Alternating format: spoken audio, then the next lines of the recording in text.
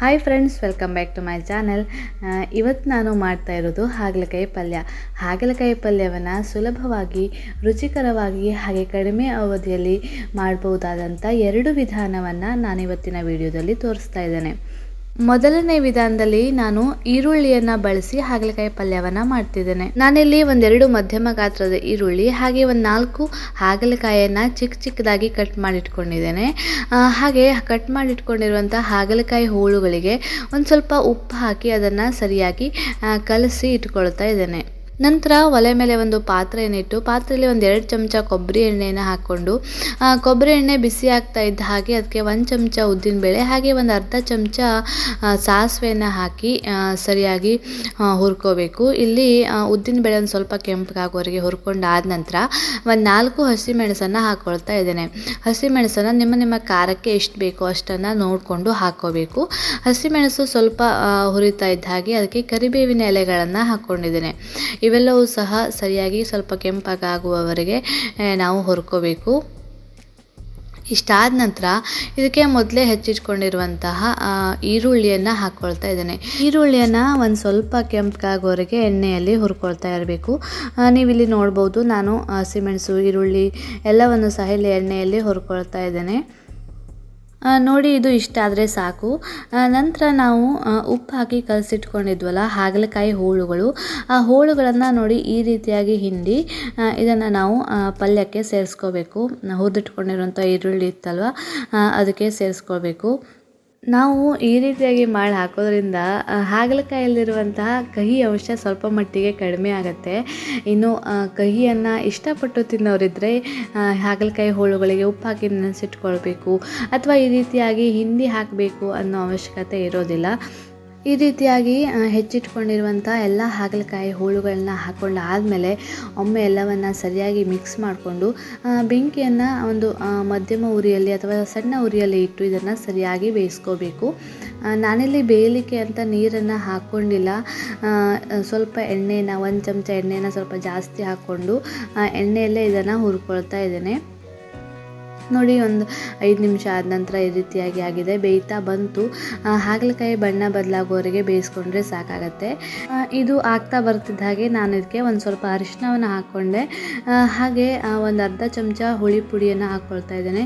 ಹುಳಿ ಪುಡಿ ಇದಕ್ಕೆ ಸ್ವಲ್ಪ ಜಾಸ್ತಿನೇ ಬೇಕಾಗತ್ತೆ ಅಂತ ಹೇಳ್ಬೋದು. ಯಾಕೆಂದರೆ ಹಾಗಲಕಾಯಿ ತುಂಬ ಕಹಿ ಇರೋದ್ರಿಂದ ಎಲ್ಲವೂ ಸರಿಯಾಗಿ ಉಪ್ಪು, ಹುಳಿ, ಖಾರ ಎಲ್ಲವೂ ಸರಿಯಾಗಿರಬೇಕು ಅಂದರೆ ಒಂದು ಸ್ವಲ್ಪ ಜಾಸ್ತಿನೇ ಹುಳಿ ಬೇಕಾಗತ್ತೆ, ನೋಡಿಕೊಂಡು ಹಾಕ್ಕೋಬೇಕು.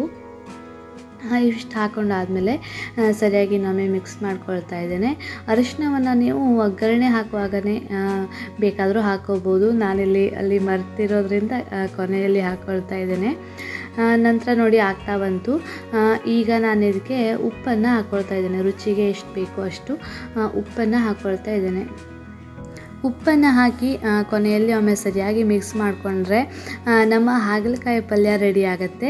ಹಾಗೆ ಇದಕ್ಕೆ ಬೇಕಿದ್ದರೆ ಒಂದು ಸ್ವಲ್ಪ ತುರಿದಿಟ್ಕೊಂಡಿರುವಂತಹ ಕಾಯಿ ತುರಿಯನ್ನು ಹಾಕ್ಕೋಬೋದು. ನಾನಿಲ್ಲಿ ಒಂದು ಸ್ವಲ್ಪ ಕಾಯಿ ತುರಿಯನ್ನು ಹಾಕ್ಕೊಳ್ತಾ ಇದ್ದೇನೆ. ಕಾಯಿ ತುರಿ ಹಾಕೊಳ್ಳೋದ್ರಿಂದ ರುಚಿ ತುಂಬಾ ಚೆನ್ನಾಗಿರುತ್ತೆ. ನೋಡಿ, ರುಚಿಕರವಾದಂತಹ ಹಾಗಲಕಾಯಿ ಪಲ್ಯ ಈಗ ತಿನ್ನೋದಕ್ಕೆ ರೆಡಿಯಾಗಿದೆ. ಇದನ್ನು ಅನ್ನದ ಜೊತೆ ಊಟ ಮಾಡುವಾಗ ತಿನ್ನೋಕ್ಕೆ ತುಂಬಾ ರುಚಿಯಾಗುತ್ತೆ ಈ ಹಾಗಲಕಾಯಿ ಪಲ್ಯ.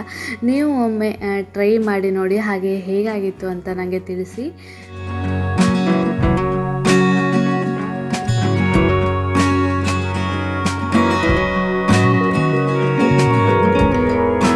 ನಂತರ ನಾನಿಲ್ಲಿ 2ನೇ ವಿಧಾನದಲ್ಲಿ, ಅಂದರೆ ಇದು ಅತ್ಯಂತ ಸುಲಭ ವಿಧಾನ, ಇದರಲ್ಲಿ ಹಾಗಲಕಾಯಿ ಪಲ್ಯವನ್ನು ಹೇಗೆ ಮಾಡೋದು ಅಂತ ತೋರಿಸ್ತೇನೆ.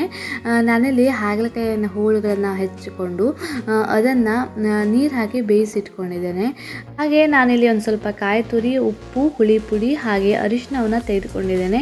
ನಂತರ ಇಲ್ಲಿ ಒಗ್ಗರಣೆಗೆ ಒಂದು ಸ್ವಲ್ಪ ತೆಂಗಿನೆಣ್ಣೆಯನ್ನು ಹಾಕ್ಕೊಂಡು ತೆಂಗಿನೆಣ್ಣೆಗೆ ಮೆಣಸು ಹಾಗೆ ಸಾಸಿವೆಯನ್ನು ಹಾಕ್ಕೊಂಡಿದ್ದೇನೆ.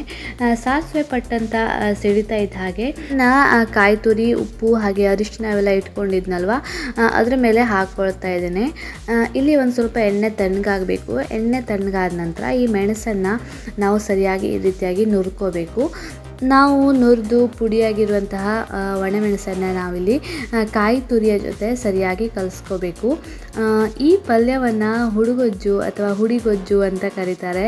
ಇದನ್ನು ಮಾಡೋದು ತುಂಬ ಸುಲಭ, 5 ನಿಮಿಷದಲ್ಲಿ ಮಾಡ್ಕೋಬೋದು, ಅಷ್ಟು ಸುಲಭ. ನೋಡಿ, ನಾನಿಲ್ಲಿ ಎಲ್ಲವನ್ನು ಸರಿಯಾಗಿ ಕಲಿಸ್ಕೊಂಡಿದ್ದೇನೆ. ಕಲಿಸ್ಕೊಂಡಾದ ನಂತರ ಹಾಗಲಕಾಯಿ ಹೋಳನ್ನು ಬೇಯಿಸಿಟ್ಕೊಂಡಿದ್ವಲ್ಲ, ಆ ಬೇಯಿಸಿಟ್ಕೊಂಡಿರೋಂಥ ಹಾಗಲಕಾಯಿ ಹೋಳನ್ನು ಇದಕ್ಕೆ ಹಾಕಿ ಮತ್ತೊಮ್ಮೆ ಸರಿಯಾಗಿ ಕಲಿಸ್ಕೊಂಡ್ಬಿಟ್ರೆ ಹಾಗಲಕಾಯಿ ಹುಡಿಗೊಜ್ಜು ಅಥವಾ ಹಾಗಲಕಾಯಿ ಪಲ್ಯ ತಿನ್ನೋದಕ್ಕೆ ರೆಡಿ ಆಗುತ್ತೆ. ಹಾಗಲಕಾಯಿನ ಇಷ್ಟಪಡದೇ ಇರೋರು ಸಹ ಈ ಹುಡಿಗೊಜ್ಜನ್ನು ಮಾಡಿಕೊಂಡು ತಿನ್ಬೋದು. ಯಾಕೆಂದರೆ ಈ ಹುಡಿಗೊಜ್ಜಲ್ಲಿ ಕಹಿ ಅಂಶ ತುಂಬಾ ಕಡಿಮೆ ಆಗಿರುತ್ತೆ ಹಾಗೂ ತಿನ್ನೋದಕ್ಕೂ ತುಂಬ ರುಚಿಯಾಗಿರುತ್ತೆ. ಮತ್ತು ಕಡಿಮೆ ಅವಧಿಯಲ್ಲಿ ಒಂದು 5 ರಿಂದ 7 ನಿಮಿಷದೊಳಗಡೆ ಈ ಹಾಗಲಕಾಯಿ ಹುಡಿಗೊಜ್ಜನ್ನು ನಾವು ಮಾಡ್ಕೋಬೋದು. ಆರೋಗ್ಯಕರವಾದಂತಹ ಹಾಗಲಕಾಯಿ ಪಲ್ಯ ಮಾಡುವ ಈ 2 ವಿಧಾನಗಳು ನಿಮಗೆಲ್ಲರಿಗೂ ಕೂಡ ಇಷ್ಟ ಆಯಿತು ಅಂತ ಅನ್ಕೋತೇನೆ. ಇಷ್ಟ ಆಗಿದ್ರೆ ಪ್ಲೀಸ್ ಒಂದು ಲೈಕ್ ಮಾಡಿ. ಹಾಗೆ ನೀವಿನ್ನೂ ನನ್ನ ಚಾನಲ್ನ ಸಬ್ಸ್ಕ್ರೈಬ್ ಮಾಡ್ಕೊಂಡಿಲ್ಲ ಅಂದರೆ ಸಬ್ಸ್ಕ್ರೈಬ್ ಮಾಡ್ಕೊಳ್ಳಿ. ಹಾಗೆ ಯಾರೆಲ್ಲ ಸಬ್ಸ್ಕ್ರೈಬ್ ಮಾಡಿಕೊಂಡು ನೋಡ್ತಾ ಇದ್ದೀರಾ ಅವ್ರಿಗೆಲ್ರಿಗೂ ಕೂಡ ಥ್ಯಾಂಕ್ ಯು ಸೋ ಮಚ್. ಹಾಗೆ ನಿಮ್ಮ ಅನಿಸಿಕೆ ಅಭಿಪ್ರಾಯಗಳನ್ನ ಕಾಮೆಂಟ್ ಮೂಲಕ ತಿಳಿಸೋದನ್ನು ಮರಿಬೇಡಿ. ಹಾಗೆ ಈ ವಿಡಿಯೋ ಇನ್ನೂ ನಿಮಗೆ ಇಷ್ಟ ಆಯಿತು ಅಂದರೆ ಅದನ್ನು ನಿಮ್ಮ ಫ್ರೆಂಡ್ಸ್ ಮತ್ತು ಫ್ಯಾಮಿಲಿ ಜೊತೆ ಶೇರ್ ಮಾಡಿ. ಮತ್ತೆ ಮುಂದಿನ ವಿಡಿಯೋದಲ್ಲಿ ಇನ್ನೊಂದು ಅಡುಗೆ ಜೊತೆ ಸಿಗೋಣ. ಅಲ್ಲಿವರೆಗೂ ನಮಸ್ಕಾರ. Thank you for watching.